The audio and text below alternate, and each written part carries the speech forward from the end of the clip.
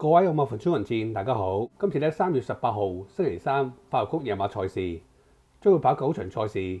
頭場嘅開波時間晚上6點40分。至於今次賽事跑道咧，將會 A 跑道。呢條法蘭克福 A 跑道咧個闊度有30.5米，闊度咧係各條跑道之冠啊！呢條跑道咧表面上可以俾陣上每一匹馬咧有足夠空位衝刺，但係好多時咧都係對於咧放頭嘅馬或者跟前嘅馬咧較為有利嘅，尤其係咧有利內欄嘅馬匹。另外，對於一啲貼欄嘅後追馬，往往都有機會咧容易受困啊，到時影響發揮。所以呢條跑道咧，總括嚟講啊，對於騎師要策騎後上馬咧，將會有一定嘅考驗啊。中意留意跑道嘅朋友，到時可以參考下。今次賽事，我哋想同大家分享兩匹消息馬，希望到時咧兩匹馬都有表現啦。OK， 今次賽事，我哋第一匹想同大家分享嘅消息馬係第6場9號馬龍船快。龍船快啊！呢匹來自英國嘅 PPG， 今年已經8歲啊。而家隸屬咧貴福特馬房。龍船快咧喺香港咧計埋今季啊，已經先後跑咗咧5個季度，總共攞到咧4冠3馬6季嘅成績。其實呢個成績全部都係咧龍船快嘅上手馬房呂健威馬房啊嘅時候攞到。龍船快咧今季已經咧由呂健威馬房轉咗去貴福特馬房。轉咗入新馬房之後，龍船快咧今季已經咧跑咗6場賽事，雖然咧仍然未能咧可以交出咧3甲嘅成績，但係都可以咧幫馬主咧爭取大約咧14萬嘅獎金，算係幫補下咧馬主嘅養馬費。龍船快咧雖然已經去到8歲，但嚴格嚟講咧健康屬於正常，冇病冇痛，所以倉主貴福特對龍船快咧仍然冇放棄，並且希望可以咧幫呢一匹8歲嘅老馬再次進入凱旋門。龍船快自從轉咗入新馬房之後，佢嘅馬匹評分啊已經由季初嘅53分減到而家嘅43分。今次星期三嘅賽事冇安排咧由沙田轉翻嚟跑發活谷賽事，並且補跑咧跑馬地1800米。其實呢個路程咧對於龍船快嚟講，可以話咧演出最好嘅路程，因為佢一共咧喺呢個路程咧跑過15次，攞到咧2冠2亞2季嘅成績。如果計咧3甲上名率啊都有40成。另外幕後今次特登啊邀請騎師艾少禮啊幫手策騎。其實咧，騎師艾少禮啊，都曾經喺呢個路程啊，策騎過龍船快。當時喺副榜啊131磅之下，全程差不多咧由頭帶到尾啊，贏馬翻嚟。對於嚟緊嘅星期三賽事，由於龍船快嘅馬匹評分啊只係43分，所以喺孭磅方面啊，今日只需咧119磅。如果同上年啊贏呢個路程相比，喺孭磅方面啊都少咗12磅。當然咧，龍船快今年已經去到8歲，體力咧唔可以同上年季初相比。但係正如我哋啱啱講過，龍船快咧不嬲冇病冇痛，雖然馬匹啊未必可以啦回復當年勇，但係喺新馬房啊都有2次跑入第4，反映到咧呢匹馬咧仍有一定嘅戰鬥力。另外練馬師啊貴福特啊練馬真係有一手啊！呢樣嘢大家有目共睹。去馬房養馬數量咧由季初只得10零匹馬，而家去到季中，佢嘅養馬數量啊已經激增到咧70匹馬。由此見到好多馬主啊見到佢搞轉倉馬真有一手，所以咧都慕名而來啊！希望練馬師貴福特啊可以幫佢哋旗下嘅馬匹練出好成績，甚至乎咧勝出頭馬。龍船快啊今次馬房啊同佢再次報跑啊佢最佳嘅路程跑馬地1800米。今次幕後特登揾咗咧龍船快上年贏馬騎師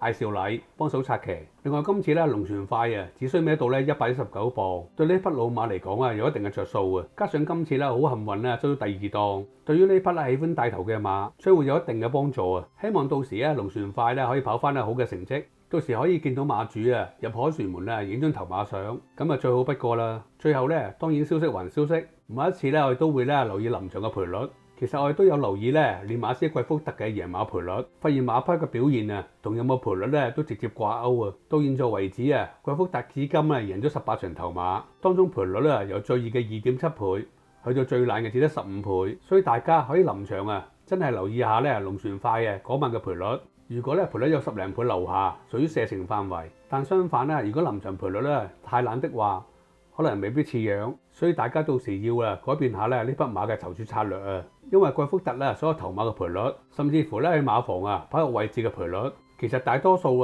都唔會去到太冷門，佢好少收埋嚟食，可以話明刀明槍，所以至可以受到馬主嘅歡迎。所以如果投注貴福特嘅馬匹，千祈要留意去馬房嘅賠率至作出投注嘅決定啊。OK， 輪到第二匹嘅消息馬。今次賽事我哋第二匹想同大家分享嘅消息馬係第9場12號馬爆得美麗。爆得美麗呢匹來自澳洲嘅自購馬，今年4歲，隸屬出咗岸馬房。爆得美麗上年第一季嚟香港嘅時候，喺第2次出賽，仍然繼續報跑快活谷1650米賽事。呢場賽事配騎師田泰安，結果爆得美麗以38倍嘅冷門跑得一直第2嘅名次啊！呢場突如其來嘅表現令到幕後啊非常驚喜啊！但好可惜咧，喺賽事完結嘅第2日，發現馬匹啊右前腿啊不良於行啊，並且要稍後啊安排移除碎骨嘅手術啊。手術完成之後，鮑德美麗啊足足唞咗咧接近4個月嘅時間，喺10月份啊至可以開始咧喺飛機場踱步啊。由於馬匹啊啱啱康復，所以幕後對佢嘅操練啊都唔敢太過催谷，直至去到今年嘅1月份，至安排咧鮑德美麗啊今季第一次嘅上陣。今季咧鮑德美麗啊已經上陣咧一共3次，3次都係咧馬群中間位置翻嚟。其實幕後咧對於呢3場賽事都係主要咧觀察馬匹嘅進度。直至跑完咧上一場賽事之後，馬房認為咧馬匹進度理想，所以今次咧打埋黃牌，特登代步跑馬地1650米賽事。喺今次賽事之前，馬房特登安排啊騎師楊明倫啊幫手喺從化試一課草閘。由呢課閘見到鮑德美麗喺直路發揮凌厲嘅後勁啊，從馬群最後嘅位置從後殺上，並且贏到喺後邊同一時間衝刺同馬房嘅一世美麗。其實一世美麗啱啱喺星期日嘅賽事已經喺尾場贏出頭馬，所以呢一課草閘非常有參考價值。我哋不如重溫下呢課草閘兩匹賽約馬房嘅馬，包括鮑德美麗同埋一世美麗點樣喺直路發揮凌厲嘅後勁啊，從後殺上。好啦，嚟到中段度啦，見到佔先咗呢就藍雀爺，緊隨其後呢兄弟再迎啦。咁啊喺第3位小魔怪埋邊順走愛心波，出邊呢就全能勇士一對美麗包尾，中間一世美麗揈出最出邊呢就鮑德美麗。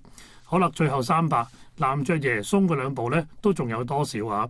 咁啊反而嗰隻兄弟再迎呢已經大力騎緊啦，埋邊就愛心波，中間一穿上嚟呢就一世美麗，外邊鮑德美麗呢一齊都打衝鋒啦。臨近終點一對美麗呢非常之好走勢啊，結果佢哋爆 Q 啦，鮑德美麗贏啦，一世美麗中間入邊藍雀爺呢都未散㗎喎，分列4、5位呢小魔怪同埋愛心波。對於嚟緊嘅星期3賽事，值得一提嘅就係鮑德美麗今次喺香港首次戴上眼罩出賽。其實喺上一次賽事，當時嘅騎師紀仁安喺賽事完結之後都認為對於鮑德美麗嘅衝刺感到滿意。不過佢認為如果坐騎可以交配眼罩，可能會更加獲益。另一方面，其實鮑德美麗未嚟香港之前喺澳洲跑過2次，分別攞到一個第1、一個第2嘅成績。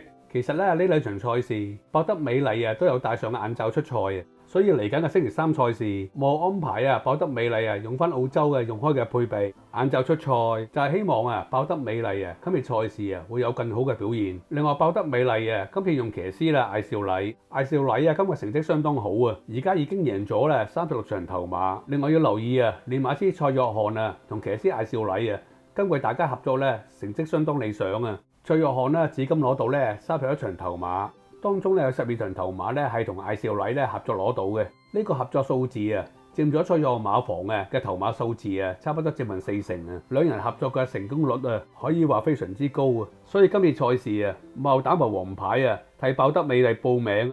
並且今次配上澳洲出賽有表現嘅眼罩配備加上用埋馬房殺手騎師艾少禮，所以大家臨場可以留意下鮑德美麗。如果賠率唔係太熱，臨場可以考慮下。OK， 我重複今期嘅2匹嘅消息馬。第一匹係第6場9號馬龍船快，第2匹係第9場12號馬鮑德美麗。希望到時呢2匹馬都有表現啦。OK， 多謝大家收睇。希望如果中意呢條片嘅朋友可以俾個 like 我啦。另外如果未訂閱我呢個頻道嘅，希望可以得到你嘅訂閱啦，多謝大家嘅支持，拜拜。